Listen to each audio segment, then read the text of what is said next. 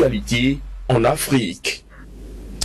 Nous sommes de retour pour la seconde partie de 100% Bénin de ce mercredi. Kadjovi Ametonou est déjà en place pour l'acte 2 de la revue des titres à la une des journaux parus à Cotonou. Mais que dit la presse béninoise ce matin? Élément de réponse dans un instant. Kadjovia Metonou, on vous retrouve pour le deuxième round de la revue des titres à la une des journaux parus ce matin à Cotonou. Oui, il faut dire que les retardataires rejoignent toujours la vague. Et là-dessus, on a quelques journaux qui nous sont parvenus et qui grossissent donc le nombre. Nous ouvrons toujours par Actu Matin, le quotidien de Médéric, Actu Express. Le quotidien de Médéric François Gongo qui écrit soutien indéfectible pour l'élection du président du patronat en 2016. Zakpota et Calavi mobilisés pour la victoire de Sébastien Germain Ajavon. Justin Avolanton et Germain Kadjadodo en véritable machine électorale. Et puis présidentielle de 2016, Akhenatonde conforte quotidiennement ces chances des adhésions qui attestent des qualités indéniables du leader politique confirmé. Et puis, synergie des forces politiques pour la victoire de Lionel Zissou. Komikouché sonne la grande mobilisation. Bonne nouvelle, présidentielle de 2016, Avolanton, de Dravo, Kadjadodo et Ouye Azé promettent la victoire à Sébastien Germain Ajavon. Et puis, organisation à bonne date du scrutin présidentiel du 28 février 2016, Arwavo Ebla transmet la LEPI actualisée à Tiando. Crash de l'hélicoptère du Premier ministre à Djougou, des clarifications du ministre Gustave Sonon. Et puis, il ne faut pas l'oublier, rapport 2015 du Reporters sans frontières, 110 journalistes tués dans le monde cette année 2015. Le projecteur restitution des résultats préliminaires du crash de l'hélicoptère de Lionel Zissou, le ministre Gustave Sonon clarifie et met fin aux rumeurs. Et puis le choix, transmission de la LEPI à la Sénat, Arwavo Ebla et son équipe relèvent le défi. Et puis célébration de la fête de Noël à la Loterie nationale du Bénin. Paulin Dossa sème la joie dans le cœur des enfants du personnel. Et puis gestion du parc automobile de l'État, Komikouché œuvre pour des réformes salutaires. Le soleil levant. Présidentielle de 2016, la commune de Zakpota fait bloc derrière Sébastien Germain Ajavon. 14 conseillers communaux RB et Force Coripo Bénin émergent font allégeance à l'homme de Djefa. Et puis soutien de taille pour les présidentiables du 28 février prochain. Christophe Aïssi, un gros poisson dans la nasse à Javon. Le télégramme. Présidentielle du 28 février 2016, une grande coalition Foscori pour un Bénin émergent.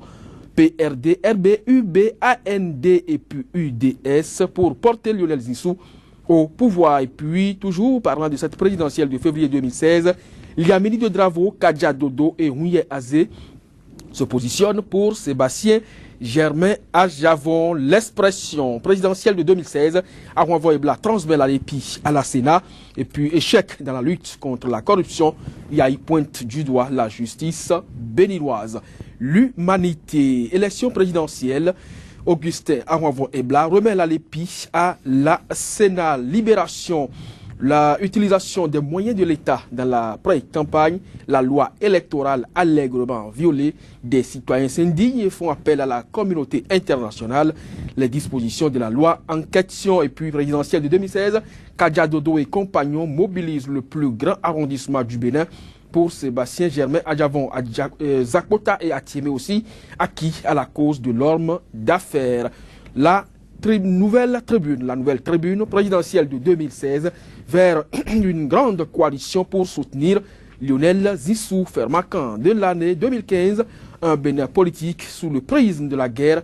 Yahi Italo, la tribune de la capitale, remise officielle de la LEPI à la Sénat hier, mission accomplie pour l'honorable Arwavo Ebla et ses pairs du COS, l'EPI. Et puis après les représentants des clubs de Ligue 1 et 2, sévère réquisitoire des secrétaires généraux des ligues régionales amateurs contre le comité de normalisation du football. Et puis j'ai un meeting à Kokokodi dimanche dernier pour la présidentielle à venir, le mouvement pour une conscience citoyenne en croisade pour Sébastien Germain Ajavon. Emmanuel Crépi, ce sera donc le dernier acte de la revue de presse pour cette année 2015 dans le cadre de 100% Bénin. Donc, je vous remercie et salue également les amis téléspectateurs qui nous ont fait confiance jusque-là. Merci Kadjovi Ametonou d'avoir feuilleté pour nous les tabloïds parus ce matin à Cotonou. Vous allez à présent céder votre place à Monsieur Yves Togbe. Il est le secrétaire administratif du syndicat des travailleurs des ressources humaines en santé Sintrasèche au Bénin. Avec lui, il sera question de la crise qui handicape le système sanitaire béninois. Sika TV fait escale au Bénin. Pendant toute la période électorale, retrouvez désormais sur votre chaîne panafricaine un programme matinal dénommé 100% Bénin, exclusivement consacré à l'actualité sociopolitique au Bénin. Pendant 2 heures de temps, la politique, les questions de société et les grands dossiers de l'heure seront décryptés avec des éditorialistes, des professionnels des médias, des acteurs politiques et membres de la société civile. 100% Bénin sur Sika, c'est une fenêtre ouverte sur l'actualité au Bénin du lundi au vendredi de 7h à 9h, heure de Cotonou. 100% Bénin, c'est désormais sur Sika, le vrai visage de l'actualité en Afrique. Ça grogne du côté des travailleurs du système sanitaire béninois. Le syndicat des travailleurs des ressources humaines en santé Sintrasèche a déclenché depuis le 17 novembre 2015 une grève de 72 heures sans service minimum. Il menace de passer à une vitesse supérieure, c'est-à-dire à une grève de 96 heures sans service minimum renouvelable par tacite reconduction dès cette semaine. Mais qu'est-ce qui justifie ce durcissement de ton des travailleurs? Que réclament-ils et jusqu'où sont-ils prêts à aller pour se faire entendre? Autant de questions qu'on abordera avec le secrétaire administratif du Sintrasèche, Monsieur Yves Togbe. Il est déjà en place sur ce plateau. Monsieur Yves Togbe, bonjour. Bonjour Monsieur Emmanuel. Alors, merci d'avoir accepté notre invitation. Alors, je commence déjà par vous poser la question de savoir ce qui se passe réellement au niveau du système sanitaire béninois. Merci Monsieur le journaliste. Le système sanitaire béninois est malade. Le système béninois sanitaire est malade pour plusieurs raisons. Depuis 2013, le Sintrasèche a opté pour le dialogue social. Mais nous avons compris que les autorités à divers niveaux ne savent pas conjuguer le verbe dialoguer. Raison pour laquelle on a jugé sortir de notre camp pour pouvoir montrer notre mécontentement depuis un certain nombre de jours. Alors, vous avez déclenché depuis le 17 novembre 2015 une grève de 72 heures sans service minimum et vous menacez de passer à la vitesse supérieure. Qu'est-ce qui déjà vous a amené à déclencher cette grève de 72 heures? Oui, merci Monsieur le journaliste. Nous sommes en grève comme vous l'avez dit, et ce n'est pas seulement la grève d'abord, si je dois parler ainsi. Nous avions aussi décidé de boycotter toute activité de vaccination de routine, à savoir poliomyélite, BCG, Penta et consorts. Et ça se suit régulièrement sur tout le territoire national. Déjà, par rapport à cette action, l'État béninois doit d'abord remarquer qu'il y a quelque chose qui ne va pas sur l'aide sanitaire. Donc, il devrait appeler le syndicat qui est en mouvement pour demander, bon, qu'est-ce qui ne va pas, qu'est-ce que vous réclamez? Mais depuis que M. Togbe Dossou Pascal, qui est l'actuel ministre de la Santé, qui est, bon, a dit que nous signons la même famille, je ne sais pas si on est alliés quelque part, mais on ne se connaît pas quand même. Mais depuis son arrivée, il a fait la sourde oreille. À son élection, on l'a félicité par un courrier. Et il nous a appelé parce que bon, on avait dit remerciement et attention. Parce que ça ne va pas avant son arrivée. Donc il a compris et il nous a appelé le 6 juillet passé. On a discuté, c'était pour nous une rencontre d'échange pour savoir véritablement ce qui ne va pas. Mais bon, nous on avait compris que bon, c'est un monsieur qui a l'air de ne rien faire. Parce que après l'entretien qu'il a eu avec nous, jusque-là, plus rien ne marche.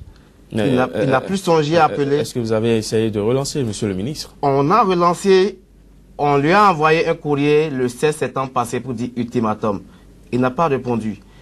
Les GNV passés, on lui a envoyé une motion de boycott de GNV. Il n'a pas réagi. Il a consommé. On lui a envoyé une motion de sitting.